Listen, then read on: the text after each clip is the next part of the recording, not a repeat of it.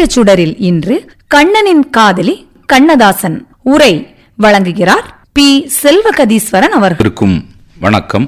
கவிஞர் கண்ணதாசன் தன் கவிதைகளாலும் கதைகளாலும் வசனங்களாலும் திரை இசை பாடல்களாலும் கோடிக்கணக்கான உள்ளங்களை இன்றும் தன்வசம் வைத்திருக்கின்ற ஒரு மந்திர வார்த்தைதான் கவிஞர் கண்ணதாசன். தமிழ் சினிமா உலகாயிருந்தாலும் சரி, இந்திய இலக்கிய உலகிலும் கண்ணதாசனுக்கு ஒரு தனி இடம் உண்டு. அந்த பரந்தாமன் கடவுள் கண்ணன் மீது கொண்ட அளவற்ற அன்பினால், காதலினால், பக்தியினால் தன்னுடைய பெயரை கண்ணனின் தாசனாக கண்ணதாசனாகவே மாற்றிக்கொண்டவர். ஒரு இளைஞனுக்கு வருகின்ற காதலுக்கும் கவிஞர் கண்ணதாசனுக்கு வருகின்ற கவிதைக்கும் ஒரு ஒற்றுமை உண்டு. உண்மையான காதல் எப்படி வரும் என்று கண்ணதாசனே சொல்கின்றார். சந்தித்த வேளையில் சிந்திக்கவே இல்லை, தந்துவிட்டேன் என்னை என்று இமைக்கும் நொடுகளில் காதல் பூத்து விடுவது போலத்தான் கண்ணதாசனுடைய கவிதைகளும் அவர் சிந்தித்த வேளையெல்லாம் தங்கு தடையின்றி சரம் சரமாய் அவரை சந்திக்க வந்து கொண்டிருந்தன. அவ்வளவு வேகம் கவி படைப்பதில் அவருக்கு இருந்தது. தமிழ் முதல் உயிர்மெய் எழுத்தான கவுக்கும் கண்ணனுக்கும் கண்ணதாசனுக்கும் மிகப்பெரிய தொடர்பு இயல்பாகவே இருந்தது. கலங்காதிரு மனமே, உன் கனவெல்லாம் நனவாகும் ஒரு தினமே என்று கன்னியின் காதலி திரைப்படத்தில் தன்னம்பிக்கை பாடல் மூலம் தன் திரையுலக பயணத்தை ஆரம்பித்தார். கண்ணே கலைமானே கன்னிமயிலென கண்டேன் உனை நானே என்று 3ஆம் பிறையில் வருகின்ற காதல் பாடல் மூலம் திரைப்பயணத்தை மட்டுமல்ல, தன் வாழ்க்கை பயணத்தையே நிறைவு செய்தார். இப்படி தமிழில் முதல் உயிர்மெய் எழுத்தான காவிலேயே அவருடைய பாடல்களும் ஆரம்பித்தன. காவிலேயே தன்னுடைய இலக்கிய வாழ்வையும் நிறைவு செய்தார் கண்ணதாசன். தான் வாழுகின்ற நாளெல்லாம் உயிர்மெய் அத்தனையும் கண்ணா கண்ணா கண்ணா என்றுதான் உருகினார். கண்ணன் மீது அவர் கொண்ட அந்த பக்திக்கும் பாசத்திற்கும் அளவே இல்லை. 5000க்கும் மேற்பட்ட பாடல்களை எழுதி கோடிக்கணக்கான உள்ளங்களை கொள்ளை கொண்ட கவிஞர் கண்ணதாசன் அந்த கண்ணன் மீது கொண்ட அளவு கடந்த பக்தியினால் அவரே சொல்லுகின்றார், பாடுவது நானல்ல பரந்தாமன் கண்ணனின் பாதத்து விரல்கள் என்ற வார்த்தைகள் அந்த பரந்தாமன் கண்ணன் மீது கண்ணதாசன் கொண்ட அந்த பக்தியை, நம்பிக்கையை அதிலிருந்து நாம் தெரிந்து கொள்ளலாம். கவிதையாக இருந்தாலும் சரி, திரை இசை பாடலாக இருந்தாலும் சரி, காவியங்களாக இருந்தாலும் சரி, எல்லாவற்றிலும் கண்ணனை எங்கெல்லாம் சொல்லி ஆனந்தப்பட முடியுமோ அங்கெல்லாம் சொல்லி சொல்லி பரவசப்பட்டார் கவிஞர் கண்ணதாசன்.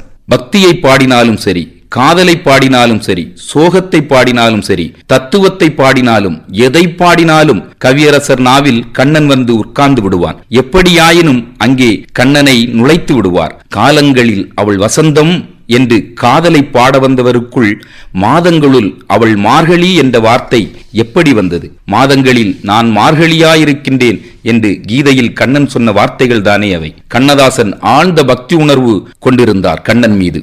கீதையின் மீதும் கண்ணன் மீதும் அளப்பெரிய காதலும் கொண்டிருந்தார். அதன் விளைவே கிருஷ்ணகவசம், பஜகோவிந்தம், கிருஷ்ண அந்தாதி, கிருஷ்ணகானம், கண்ணனை கொண்டாடும் கவிமலர்கள், அதே நேரத்தில் பகவத்கீதையினையும் கையிலெடுத்து பாமரரும் விளங்கும் வகையில் கண்ணதாசன் உரை விளக்கம் செய்து தந்தமை அவரின் உள்ளம் முழுவதும் கண்ணனே நிறைந்து நிற்கின்றான் என்பதற்கு பெரும் சான்றாகி நிற்கின்றதல்லவா? கவிஞர் வாலி ஒரு பத்திரிகையில் கிருஷ்ணன் பற்றி எழுதிய பொழுது கடவுளுக்கு காப்பு, கண்ணதாசனுக்கு கைகூப்பு என்று எழுதினாராம். அதற்கு அவரிடம் விளக்கம் கேட்ட பொழுது அவர் சொன்னாராம், ஆழ்வார்களுக்கு இணையாக கண்ணனை போற்றி பாடியவர் கவிஞர் கண்ணதாசன் தான் என்று சொல்லுகின்றார். கண்ணதாசன் இயற்றிய கிருஷ்ணகானம் இசைத்தொகுப்பு மிக பிரபலமானது, கேட்பவரை உருக வைப்பது. அதில் ஆயர்பாடி மாளிகையில் தாய்மடியில் கன்றினை போல் மாயக்கண்ணன் தூங்குகின்றான் ஆராரோ என்று அவர் கண்ணனை தாலாட்டி பாடி தூங்க வைப்பார். கோகுலத்தில் பசுக்களெல்லாம் அந்த கோபாலன் பெயரை கேட்டாலே 100 படி பால் கறக்கின்றன என்று துவங்கி கண்ணன் பெருமைகளை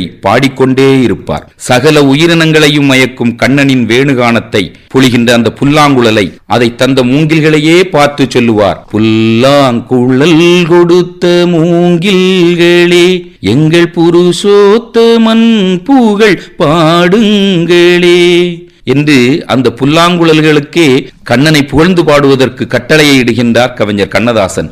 தேவதாருவே காமதேனுவே தேவதூதனே கண்ணா என்கின்ற அந்த பாடல் இன்றளவும் நெஞ்சை உருக்குகின்ற தெய்வீக கானமாக எல்லோர் மனதிலும் இன்றளவும் இருந்து வருகின்றது என்று சொன்னால் கேட்க கேட்க திகட்டாத இனிமையான இருக்கின்ற இந்த கண்ணன் பக்தி பாடல்கள் எல்லாம் கண்ணதாசன் அவர்களால் எழுதப்பட்டது. இத்தனை பக்தியுடனும் பரவசத்துடனும் அந்த கண்ணனே மயங்கும் அளவிற்கு கண்ணன் பாடல்களை கவிஞர் கண்ணதாசன் எழுத காரணம், கண்ணன் அவரின் அகத்தில் அசையாது அமர்ந்திருந்தான். கண்ணனை பல பாவங்களில் பல கோணங்களில் வைத்து கவிமழை பொழிந்திருப்பார் கண்ணதாசன். கோபத்தில் கூட அவர் கண்ணனை மறக்கவில்லை, அங்கும் கண்ணதாசனைத்தான் எழுதினார். கண்ணா நீயும் நானுமா, கண்ணா நீயும் நானுமா என்னும் வார்த்தைகள் தான் அவருக்கு அந்த நேரத்தில் வந்து அமைகின்றது. சந்தர்ப்பம் கிடைக்கும் போதெல்லாம் தத்துவ பாடல்களிலும் கண்ணனை புகுத்தி அழகு பார்த்தவர் கவிஞர் கண்ணதாசன். மூன்றடி மண் கேட்டான் வாமனன் உலகிலே, மூன்றென வைத்ததோ மன்னவன் தலையிலே, வளர்த்த என் கண்ணனோ தந்தையின் நெஞ்சிலே, மாறும் அவதாரமே இதுதான் உலகிலே, கண்ணா நீயும் நானுமா என்ற பாடல் இன்றைக்கும் மறக்க முடியாத பாடலாக நம் அனைவர் நெஞ்சிலும் விழுந்து கொண்டிருக்கின்றது. அறிவை கொடுத்ததோ துரோணரின் கௌரவம், அவர் மேல் தொடுத்ததோ அர்ஜுனன் கௌரவம், நடந்தது அந்த நாள், முடிந்ததா பாரதம், நாளைய பாரதம், யார் அதற்கு காரணம் என்று கண்ணன் நடத்திய மகாபாரத போரையும் அந்த பாடலில் சூசகமாக வெளிப்படுத்தி பரவசப்பட்டார் கவிஞர் கண்ணதாசன். எந்த ஒரு அரிய இலக்கிய மற்றும் இதிகாச கருத்துக்களையும் மிக எளிமையாக எல்லோர் மனதிலும் அவை எளிமையாக புரிகின்ற வகையில் தருகின்ற வல்லமை கவிஞர் கண்ணதாசனுக்கு மட்டும்தான் உண்டு. அந்த வகையில் மாபெரும் இதிகாசமான மகாபாரதத்தின் சாரத்தை மிக எளிமையாக 4 வரிகளில் கொடுத்த பெருமை கவிஞர் கண்ணதாசனுக்கு உண்டு. மகாபாரதம் ஏன் நடத்தப்பட்டது, ஏன் அதை கண்ணன் மகாபாரத போரை நடத்தி காட்டினான் என்பதனை மிக எளிமையாக சொல்லுகின்றார். பாஞ்சாலி புகழ் காக்க தன் கை கொடுத்தான், பாரத போர் முடிக்க சங்கை எடுத்தான், பாஞ்சாலி புகழ் காக்க தன் கை கொடுத்தான், பாரத போர் முடிக்க சங்கை எடுத்தான், பாண்டவர்க்கு உரிமையுள்ள பங்கை கொடுத்தான், நாம் படிப்பதற்கு கீதை என்னும் பாடம் கொடுத்தான், நாம் படிப்பதற்கு கீதை என்னும் பாடம் கொடுத்தான். இது போதுமே, எல்லோரும் மகாபாரதத்தை புரிந்து கொள்வதற்கு இப்படியான விந்தைகள் கவிஞர் கண்ணதாசனின் சிந்தைகளில் இருந்து மட்டும்தான் உருவாகி என்பதை நாம் தெரிந்து கொள்ள வேண்டும். கடந்த நூற்றாண்டின் நீண்ட காலமாக வானொலி பெட்டியை ஆக்கிரமித்த ஒரு சோக பாடல் உண்டு. அனைவரும் மெய்மறக்க கேட்ட சோக பாடல் அது. கண்ணா கருமை நிற கண்ணா உன்னை காணாத கண்ணில்லையே, மனம் பார்க்க மறுப்போர் முன் படைத்தாய் கண்ணா, நிறம் பார்க்க வெறுப்பார் முன் கொடுத்தாய் கண்ணா. நானும் ஒரு பெண் என்ற திரைப்படத்தில் ஒலித்த இந்த பாடலில் ஒவ்வொரு வரியிலும் கண்ணன் பெயர் வந்து கொண்டே இருக்கும். கண்ணா கண்ணா என்று சொல்லிக் கொண்டே இருப்பார். பி சுசீலாவின் சோகத்தில் தோய்ந்த சுகமான குரலில் இந்த பாடலை கேட்கும் பொழுது உண்மையிலேயே கவிஞர் கண்ணதாசனின் வரிகளும் நமக்கு புலப்படுகின்றது, பக்தியும் புறப்படுகின்றது. ஆனந்தம் தருபவன் கண்ணன், சங்கடம் தீர்ப்பவன் கண்ணன், சிந்தையில் கண்ணனை ஏற்றிய கவிஞர்களின் வரிகளில் சந்தனமாய் மணப்பவனும் கண்ணனே. அந்த மாயக்கண்ணன் ஒரு சின்ன குழந்தைதானே, சின்ன குழந்தைக்கு தாய் தாலாட்டு பாடுவது போல தன் மனம் கவர்ந்த அந்த கண்ணனுக்கு தாலாட்டை பாடியவர் கவிஞர் கண்ணதாசன். சிறு குழந்தையாக கண்ணன் ஆயர்பாடியிலே செய்த லீலைகளையும் அத்தனையையும் நம் நினைவிற்கு கொண்டு வந்து கண்ணனை தாலாட்டினார். அந்த தாலாட்டு இன்று எல்லா தாலாட்டுகளை காட்டிலும் நம் காதுகளையும் மனதையும் குளிர வைத்துக் கொண்டிருக்கிறது என்பதை நாம் உணராமல் இருக்க முடியாது. ஆயர்பாடி மாளிகையில் தாய்மடியில் கண்டினை போல் மாய கண்ணன் தூங்குகின்றான் தாலேலோ. இன்று அந்த தாலாட்டு பாடல் தனது இஷ்ட தெய்வமான கண்ணனுக்கு கண்ணதாசன் பாடியதாக நமக்கு தெரியும். ஆனால் மிக நுட்பமாக ஆராய்ந்தால் கண்ணதாசனுக்குள் இருந்து கண்ணனே பாடியதாகத்தான் அந்த பாடலை நாம் பார்க்க தோன்றுகின்றது. அவ்வளவு அழகு, அவ்வளவு அழுத்தம். இப்படி கண்ணனையே தாலாட்டிய கவிஞர் கண்ணதாசன் குழந்தைகளுக்கு எழுதிய தாலாட்டு பாடலில் கூட அந்த கண்ணனின் பெயரை சொல்லித்தான் தாலாட்டினார். கண்ணன் வருவான் கதை சொல்லுவான், வண்ணமலர் தொட்டில் கட்டி தாலாட்டுவான், குழலெடுப்பான் பாட்டிசைப்பான், வலம்பூரி சங்கெடுத்து பாலூட்டுவான், வலம்பூரி சங்கெடுத்து பாலூட்டுவான். ஒரு தாய் தன் குழந்தைக்கு யார் எதை எதை கொடுக்க வேண்டும் என்று ஆசைப்படுகின்றாளாம். பச்சை வண்ண கிளி வந்து பழம் கொடுக்க வேண்டுமாம். பட்டு வண்ண சிட்டு வந்து மலர் கொடுக்க வேண்டுமாம், கண்ணங்கரு காக்கை வந்து மை கொடுக்க வேண்டுமாம். இப்படி ஒவ்வொன்றும் ஒன்றையொன்றை கொண்டு வர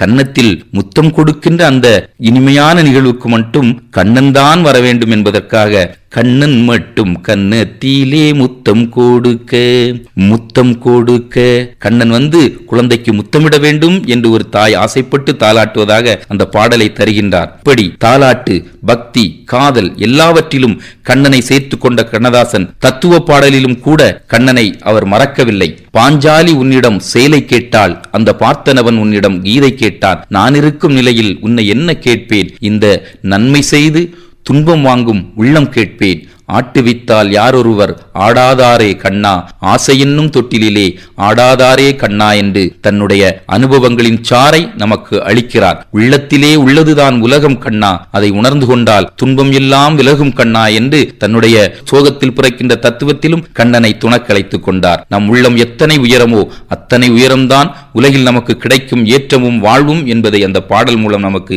தெளிய வைக்கின்றார். தன்னை கண்ணனின் காதலியாகவே நினைத்து ஆண்டாள் எப்படி உருகினாளோ அதே நிலையில் நின்று கண்ணதாசனும் கண்ணனை நோக்கி ஏங்கி ஏங்கி காதலில் தவித்தான். ஆம், காதலில் தவித்தான். தன்னை ஆண்டாளாகவே உருவகித்து கண்ணனை நோக்கி கண்ணதாசன் பாடிய அற்புதமான ஒரு காதல் பாடல் உண்டு. தன் காதலன் கண்ணனை கண்டதும் ஒரு காதலிக்குள் நடக்கும் மாற்றத்தை, மகிழ்வை, மயக்கத்தை, கண்ணன் முக தோற்றம் கண்டேன், கண்டவுடன் மாற்றம் கொண்டேன், கண்மயங்கி ஏங்கி நின்றேன், கன்னி சிலையாக நின்றேன் என்ற வரிகளை தன்னையே கண்ணனின் காதலியாக நினைத்து உருகும் ஒருவரால் தான் எழுத முடியும். அதே பாடலின் வரிகளில் காதலின் உச்சத்தையும் தொடுகின்றார் கவிஞர். கண்ணன் முகம் கண்ட கண்கள் மன்னர் முகம் காண்பதில்லை, கண்ணன் முகம் கண்ட கண்கள் மன்னர் முகம் காண்பதில்லை, கண்ணனுக்கு தந்த உள்ளம் இன்னொருவர் கொள்வதில்லை, கண்ணனுக்கு தந்த உள்ளம்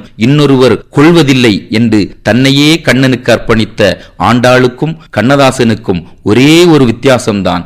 ஆண்டாள் சூடி கொடுத்த சுடற்கொடி, கண்ணதாசன் பாடி கொடுத்த வானம்பாடி. ஆண்டாள் கண்ணனுக்கு பூமாலையாக சூடி கொடுத்தாள், கவிஞர் கண்ணதாசன் கண்ணனுக்கு பாமாலையாக சூட்டி பரவசமடைகின்றார். இருவரும் ஒன்றுதான். ஆன், இருவருமே கண்ணனின் காதலிகள்தான். புண்ணியம் எதுவென்று உலகம் சொன்னால் அந்த புண்ணியம் கண்ணனுக்கே. போற்றுவார் போற்றலும் புழுதிவாறு தூற்றுவார் தூற்றலும் போகட்டும் கண்ணனுக்கே. கண்ணனே காட்டினான், கண்ணனே சாற்றினான், கண்ணனே அனைத்தும் செய்கின்றான் என்று, அனைத்தும் அவனே என்று கண்ணனையே சரணாகதி அடைந்து கண்ணனுடையே கலந்துவிட்ட கவிஞர் கண்ணதாசனுடைய பாடல்கள். ஆம், அவர் கண்ணனுடைய காதலிதான், கண்ணனை நேசித்தவர்தான், கண்ணனும் விரும்பிய ஒரு கவிஞர் அந்த கண்ணதாசன் என்பதை நாம் புரிந்து கொள்ள முடியும். நன்றி.